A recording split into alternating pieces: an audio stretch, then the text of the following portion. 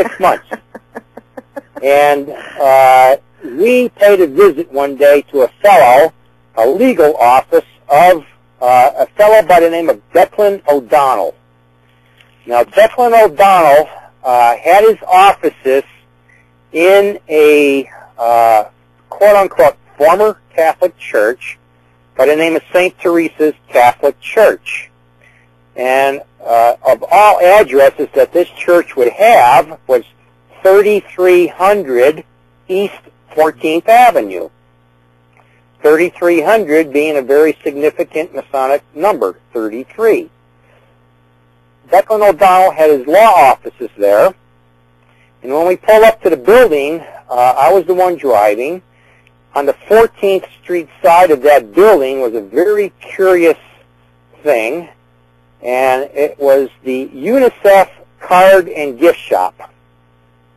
I couldn't believe it. Here was a UN organization with a card and gift shop within a Catholic church, which, by the way, when we entered to go see Declan O'Donnell, we walked right by a still operating chapel within the church. And we walk in because Stu Webb had some information that he had to give Declan O'Donnell because he was doing a class action lawsuit for the people that lost tens upon tens, getting into the hundreds upon hundreds of millions of dollars that they lost in a CIA front that was known as M&L Business Machines. And Declan O'Donnell, also I find out later, was actually, he's a very high-level lay person within the Archdiocese of Denver. Now, while Stu Webb was talking to Declan O'Donnell, I was looking around the meeting room, and I'm looking at an erase board of these, like magic marker erase boards, and up on the top of that was the Lunar Development Authority. And I'm looking at that with great interest. So then I look in the corner of the room, and there's a braided United States flag, gold-fringed United States flag, a gold-fringed Colorado state flag. Peeking in the back of that was just a little bit of blue that I recognized immediately as UN blue. So while Stu Webb was talking to Declan O'Donnell, I got up and I started walking around the room to stretch my legs. And I walk over there and I pull away the braided U.S. flag and I pull out the entire UN flag hanging on Flagstaff there. But, you know, I also started noticing some publications that are on the bookcase there. And one of these publications was for the United Societies in Space, USIS. You can put that directly into Google, USIS, or United Societies in Space. And also there was a publication of the World Space Bar Association, the WSBA, the World Space Bar Association, both of which were created and headed up by Declan O'Donnell. And so this told me a whole lot, and I understand from what Declan was telling me later after I talked to him for a few minutes, but he got kind of tight-lipped because I was asking questions that were a little bit too knowledgeable sounding, so he kind of buttoned up.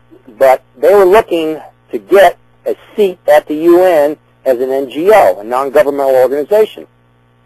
Now, when you can look up these websites, you'll find out that there's some extremely high people that are involved in this. Many people within the space program, astronauts, all of whom, by the way, are 33rd degree Masons. Declan O'Donnell himself, I'm convinced, is another high-level Mason. But this is tied in to an agenda that is all UN, and this is for the control of space. It's for the legal control of space. I mean, you're talking about, you know, establishing bases on the moon or establishing mining operations on the moon, you know, economic developments of various kinds on the moon and Mars. But, you know, it's already been done. It's already being done. We already have bases in both locations, if not other places. I have a question from a listener who would like to know what idea you have for a time frame of how much longer this country has before we head into martial law. I guess that's a real mixed bag, because anybody that's really watching things over the internet, I mean, there's so many different scenarios that are being bandied about, you know, and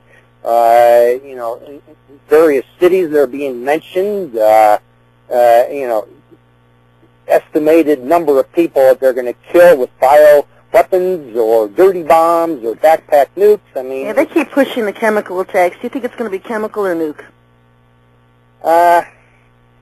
They keep if we have a type of nuclear device, I think we're going to possibly have maybe a neutron bomb type thing, which, you know, is going to kill people with, you know, bursts of alpha radiation.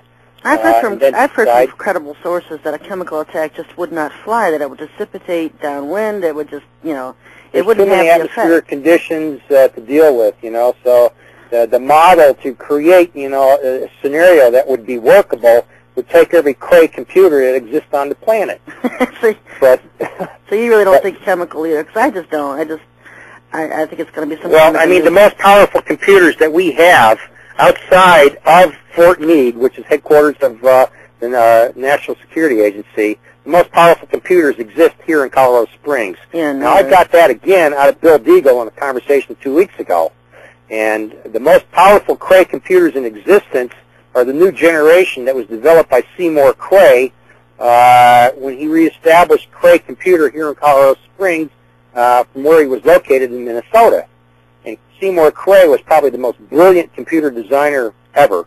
And he got taken out. He was assassinated right outside the entrance of the Air Force Academy. He was assassinated by car accident. Mm-hmm. You can build the computer and then take him out. Well, because he developed what's called the gallium arsenide chip, which replaced silicon-based chips that were the basis, the brains behind any computer. Yeah. And it took many, many years and many hundreds of millions of dollars to finally develop gallium arsenide chips. They were perfected, and as soon as they were perfected, they took Seymour Cray out. Well, we got to wrap up this show, Tim. Is there anything else you'd like to say in the last minute or so here before I have to wrap up? Well, I guess I got kind of wound up here, and I could probably talk for another hour and a half, but perhaps another time. But that's just a small part of what's going on here. I could talk about so much other stuff that exists here, and why Denver and Colorado Springs and Colorado as a whole has taken on the kind of significance that is overlooked by most. Yeah, everybody's looking at D.C. or Texas, and really a lot of the action, the main stuff going on is right there in Denver. Oh yeah. That's right. That's why I got saying at the beginning of it that Denver has got a perfect cover as being a cow town. All right, far from it. Thanks for being on the show. Thank you, Sherry. Appreciate having me on, and good night to all. Good night. We enjoyed having you on. And that wraps up the show for tonight, folks. We'll be back next week, Monday night, 8 to 10 Eastern Time. Transcriptions of the show should be available this week. If my transcriber in Israel can get it to me. As soon as he gets it to me, I'll have it up. And thanks a lot for listening. We'll see you next week, 8 to 10. Good night, and God bless.